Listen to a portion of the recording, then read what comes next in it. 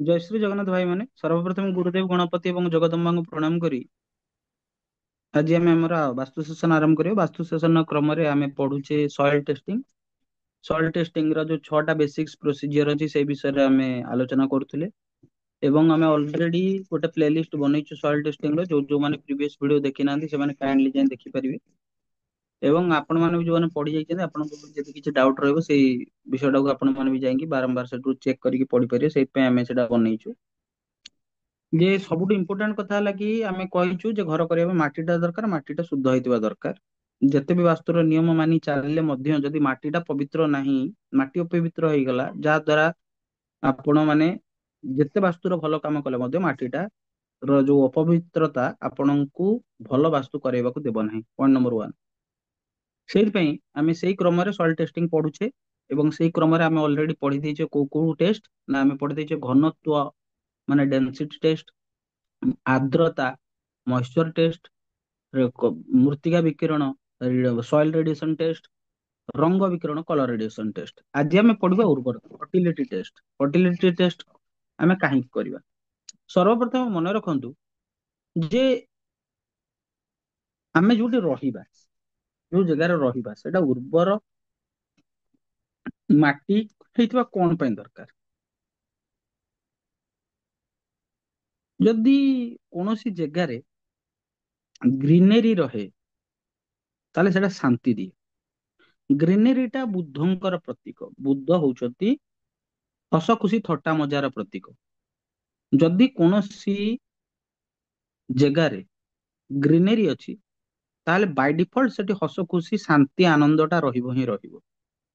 जदि कौनसी जगार ग्रीनरी नाही खाली कंक्रीट जंगल अच्छी ताले सेठी सेतिका अमाउंटर शांति एवं सुख रहिबो नाही। एटा हला वास्तुर प्रथम नियम। आपण माने देखंतु ये गोटे सहज कथा पड़े जे सहरर लोक माने जनरली साधारणतः खुशी आनंद रहंती नाही, किंतु गां इलाकार लोक माने साधारणतः खुशी और आनंद रहंती। तार रिजन हजार ही थाई पारे, किंतु तादर गोटे मुख्य रिजन है सहर रे जदी ग्रीनरी रो अभाव जोटा केवल कंक्रीट थाए ताले सेटा कोन सेटा खुशी आनंदर समृद्धिटा दिए नाही।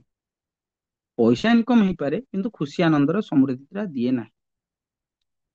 तेणु आटलिस्ट जदि मृत्तिका उर्वर थी आटलिस्ट से तो किसी गोटे फल फसल कलरा हो किसी गोटे लगेदेले सेटा घर ପାଇଁ କି तरी तरकार जिनस हो पार गोटे फूल गछ ठाकुर फूल देवाई हो पार। ଯଦି ମାଟିର ଉର୍ବରତା ନାହିଁ ଆପଣ ସେଠି ଘର କଲେ ଆପଣ ମାନେ ସେଇ ସବୁ ଜିନିଷରୁ ବଞ୍ଚିତ ହେବେ।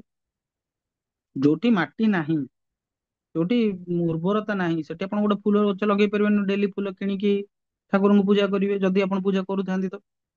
ସେଥିପାଇଁ ଆମେ କଣ କରିବା ଏ ମୃତ୍ତିକା ଟେଷ୍ଟ ପାଇଁ ଆମେ କଣ କରିବା ନା ଯୋଉ ପଞ୍ଚଶସ୍ୟ କୁହାଯାଏ ଧାନ ଗହମ ପଞ୍ଚଶସ୍ୟ ବି ମିଳେ। ବାସ୍ତୁ ପଞ୍ଚଶସ୍ୟ ବାସ୍ତୁ ଦୋକାନରେ ମିଳୁଛି ବିଭିନ୍ନ ପ୍ରକାର ଜାଗାରେ ବିଭିନ୍ନ ପ୍ରକାର ତା ନାମ ଜ ବାଜରା ଏଇ ସବୁ ପଞ୍ଚଶସ୍ୟର ନାଁ ଅଲରେଡି ଆପଣ ମାନେ ଜାଣିଥିବେ ବାସ୍ତୁ ଦୋକାନ ପଚାରିଲେ ମିଳିବ।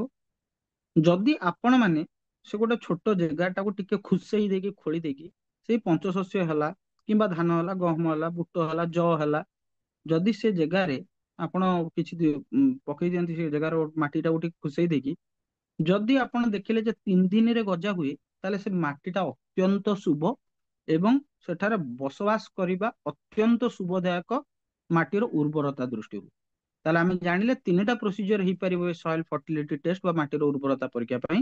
ଆମକୁ ସର୍ବପ୍ରଥମେ ଗୋଟେ ଛୋଟ ଜାଗାଟେ ଖୁସେଇ ଦେବାର ଅଛି ମାନେ ଟିକେ ହାଣିକି ସମତଳ କରିକି ଯେମିତି ଆମେ ଶାଗ ପଟାଳି ଲଗେଇଲେ ଯେମିତି ଖୁସେଇ ଦଉ ସେଇଭଳି କରିବାର ଅଛି। ସେଥିରେ ପଞ୍ଚଶସ୍ୟ ବୁଣି ଦେବାର ଅଛି।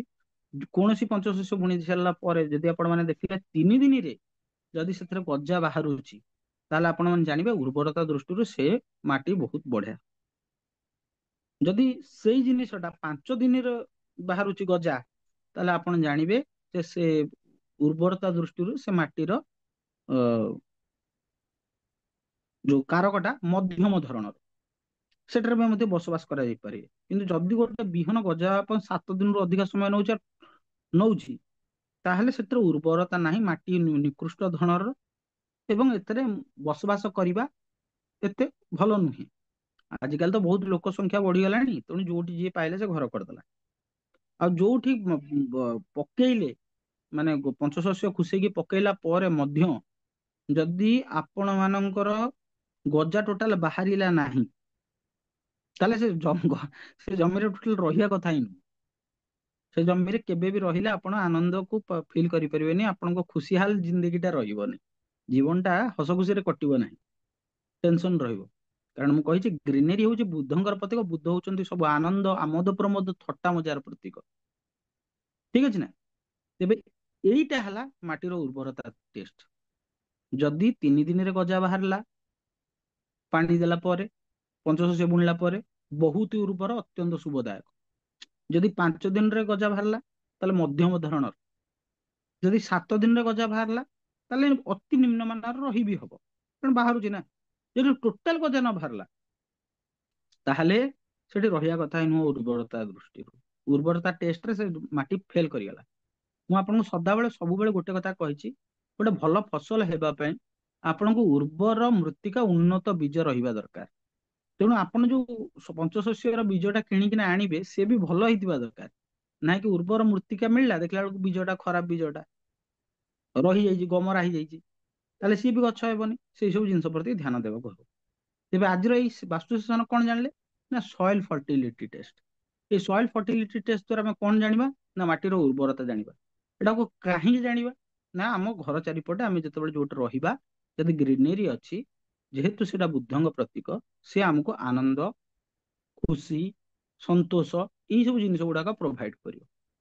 ଏବଂ ଯୋଉଠି ଏଇ ଉର୍ବର ମୃତ୍ତିକା ନଥାଏ, ସାଧାରଣତଃ ଦେଖାଯାଏ ଯେ ସେ ଘରେ ସମସ୍ତେ ଆନନ୍ଦ, ଖୁସି, ଥଟ୍ଟା ମଜାକୁ ଏତେ ପସନ୍ଦ କରନ୍ତି ନାହିଁ। ଠିକ ଅଛି? ତେଣୁ ସହରର ଲୋକମାନେ ଦେଖିବେ ସବୁବେଳେ ସିରିୟସ ଥିବେ, ଗାଁ ଲୋକମାନେ କଣ, ହେ ତାସ ବାଡେଇ ଦିଅ।